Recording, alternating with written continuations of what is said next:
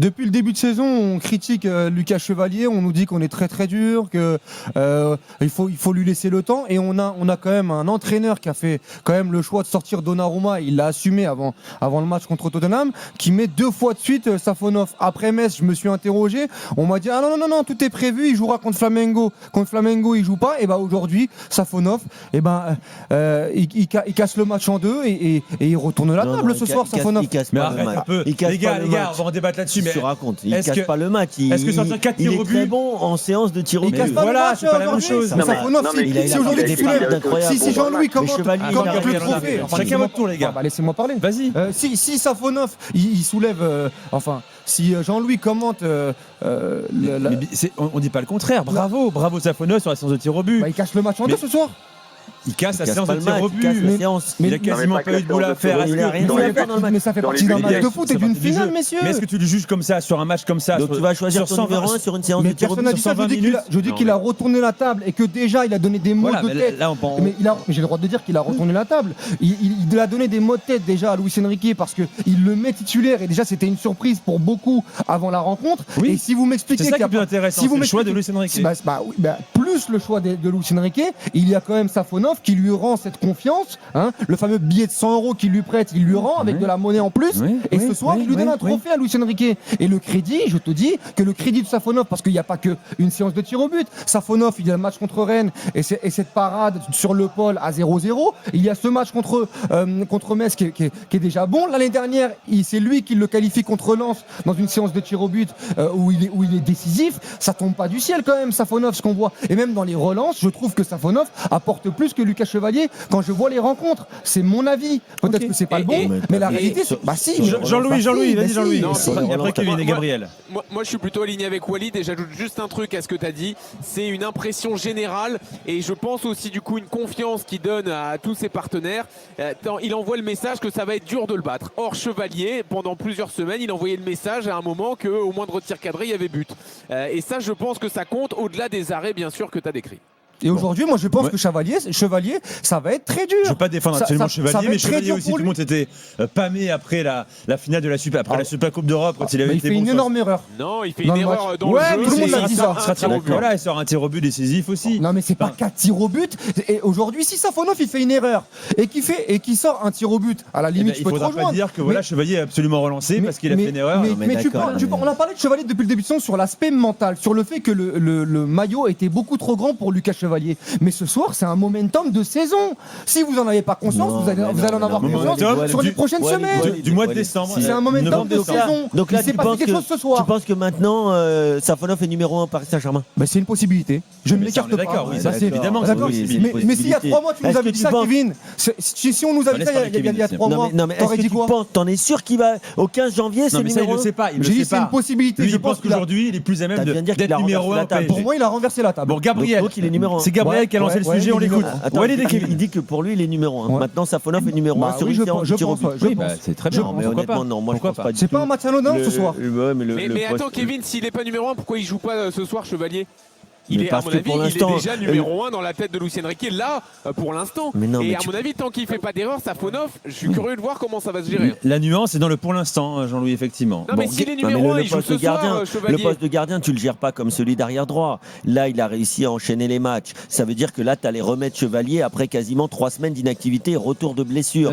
Qui veulent garder de la stabilité sur un gardien qui est international, qui a été recruté pour mettre en concurrence un certain Donnarumma, qui pour tout le monde maintenant est le meilleur gardien du monde. Je dis pas que Safonov c'est pas un bon gardien, c'est un très bon gardien, mais aujourd'hui que tu ne remettes pas Lucas Chevalier pour ce match, moi ça me Chevalier il le fait jouer en Supercoupe avec 3 entraînements dans les jambes. Quand il veut le faire parce jouer, que Safonov est dans un autre mood à ce moment-là. Donc là s'il le fait pas jouer aujourd'hui, alors qu'on sait que c'est le match vitrine où tu mets ta meilleure équipe possible, etc., c'est qu'il se passe quelque chose et les infos qu'il y a, c'est aussi qu'en interne il se passe des choses. Laisse-le parler, il a des infos. Vas-y. Non, ce que disait Arthur pendant le match, match, c'est qu'il y a des comportements de Chevalier il a une grosse confiance en lui. Il comprend pas certaines mises sur le banc et à mon avis, il y a un truc aussi en interne qui se joue. Et pour vous les gars, en tout cas, c'est à surveiller. C'est peut-être pas blanc ou noir. Il y a un numéro 1, un numéro 2 de façon gravé dans le marbre, mais c'est à surveiller. Mais il a retourné la table. Ce soir, il retourne la table. Il y avait une table et il l'a retournée. Maintenant, ça va être à Luis Enrique de décider parce que c'est quand même lui qui avait fait ce choix de prendre Chevalier. Mais les gars, Kevin et Nico, pour vous, là, il se passe rien ce soir. Non, il se passe pas rien. Walid, écoute-moi. Tu dis il a retourné la table parce qu'il a arrêté 4 tirs au but. C'est magnifique, c'est très bien. Mais il n'y a pas que ça, il y a une dynamique. Il aurait vraiment retourné la table. Il y a une dynamique. 3 énormes parades, gagné 4 face à face. Et en plus fait ça. Il y a une dynamique. Tu vois pas. Maintenant, tu vois constater qu'aujourd'hui, il est sûrement numéro 1 dans l'instant, dans l'esprit de Luis Enrique. Ses coéquipiers le portent à nu, il le soulève. Il s'est passé quelque chose. Mais il le soulève, il s'est passé quelque chose. Peut-être. C'est-à-dire qu'aujourd'hui, on sait que Safonov, c'est plus qu'un numéro 2. Mais ce qu'on ne savait pas du tout au mois d'août, puisque comme l'a dit Jean-Louis, au bout de 3 jours, il a mis quand même Chevalier. Donc c'est que Safonov, il l'avait pas vu pendant un an à l'entraînement. Luis Enrique, il nous envoie quand même un signal en début de match. Mais il envoie un signal, mais il est simple le signal. Il y a un gardien qui revient de blessure. Et qui en plus a fait 2-3 boulettes, même si c'est notre numéro 1. Et il y en a un qui enchaîne. Le poste de gardien, c'est un poste particulier. Je ne veux pas changer maintenant, c'est tout. Kevin, si le Chevalier était un numéro 1 affirmé, incontesté, il joue ce soir. Il a enlevé Donnarumma. Gabriel, vas-y, ton avis là-dessus. Moi, je vous écoute depuis tout à l'heure et je vais pour le coup, je vais être le team Walid en fait. C'est une question de dynamique en vrai. Parce que ce soir, effectivement, il n'a pas de gros arrêts dans le jeu à faire, mais les quelques arrêts à faire qu'il a à faire, il les fait. Il est serein dans ses relances quand on joue avec lui, il est fiable. Les gros arrêts, il les a montrés à Metz et sur le match d'avant encore. Donc dans l'esprit de Luis Enrique, il y a un gardien qui aujourd'hui est décisif par rapport à un autre, c'est Safonov. Je pense qu'encore une fois, Luis Enrique fait pas de sentiment. On l'a vu l'année dernière quand il y a eu la passation entre Doué et Barcola, il s'est pas posé de questions. Chevalier a eu quand même 5 mois pour réellement s'imposer. Et pourtant, je suis un gros défenseur de Chevalier, c'est un gardien que j'adore. Mais aujourd'hui, force est de constater que Chevalier est en difficulté. Peut-être que c'est pas que le costume soit trop grand, mais il passe de Lille à Paris dans des circonstances qui sont ce qu'elles sont. On le met numéro 1 dans le club qui est aujourd'hui le plus exposé, on va dire en France et peut-être en Europe. Mais Safonov, il était déjà là l'an dernier, donc lui, il a eu le temps de digérer en fait tout ce truc-là. C'est ça qui est intéressant. Donc pour toi, maintenant, il est numéro 1, Safonov, parce que ça, c'est l'avis de Walid. Pour le coup, je vais Walid, on verra au prochain match, mais si au prochain match. Non, mais est-ce qu'il est numéro 1 pour toi aujourd'hui ce soir? C'est l'avis de Walid. Moi, je rejoins Walid. Oui, il l'a montré. Donc pour moi aujourd'hui, je suis désolé. Et après, ça veut rien dire. Non, mais c'est pas ça. Mais Nico, il a la science infuse. Nico, il est dans la tête de Luis Enrique. Kevin, tu as été footballeur pro. S'il y a meilleur que toi, il joue en fait. Fin du débat. Non mais ça, il n'y a pas de problème. Moi, je suis d'accord. Luis Enrique a ouvert la porte à Safonov. Ce soir, il s'est engouffré. C'est terminé. Moi, je te dis juste que moi, je suis pas en désaccord avec toi parce que pour moi, tu es d'accord avec nous. C'est-à-dire que aujourd'hui, dans la dynamique, il a choisi. Mais pour moi, ça ne veut pas dire qu'il est devenu numéro 1. Mais dans la dynamique, il a choisi. Pas en conférence de presse. Il n'y a pas de statut aujourd'hui. Non, mais il a choisi pour un titre hyper important qui lui donnait les 6 titres. Pour moi, ça ne me dérange pas. Donc en janvier, il choisira quoi alors? Parce que la dynamique, elle est pour Safonov. Si on vous suit dans votre réflexion. Peut-être le prochain match, c'est la Coupe de France. La Coupe de France, peut-être qu'il va mettre Chevalier, on ne sait pas ce qu'il va faire. Mais par contre, pour moi, il va remettre Safonov. D'accord, mais retour de trêve, vu que la dynamique. Il peut très bien remettre Chevalier. Il peut très bien remettre Chevalier, mais aujourd'hui, sur la dynamique et sur la sérénité qu'impose Safonov, parce que contrairement à Nico, qui apparemment n'a pas vu le dernier mois au Paris Saint-Germain, Safonov a fait des très bonnes choses avec le PSG. Il sort pas du chapeau ce soir. Il n'a pas pris un but à chaque tir non plus. Mais Chevalier contre Tottenham, il est catastrophique, les gars, contre Tottenham. Il rate une intervention. Non, contre Tottenham, là, le 5-3, le 5-3, il sort dans la surface de réparation, tu sais même pas ce qu'il va faire, il plante son pied.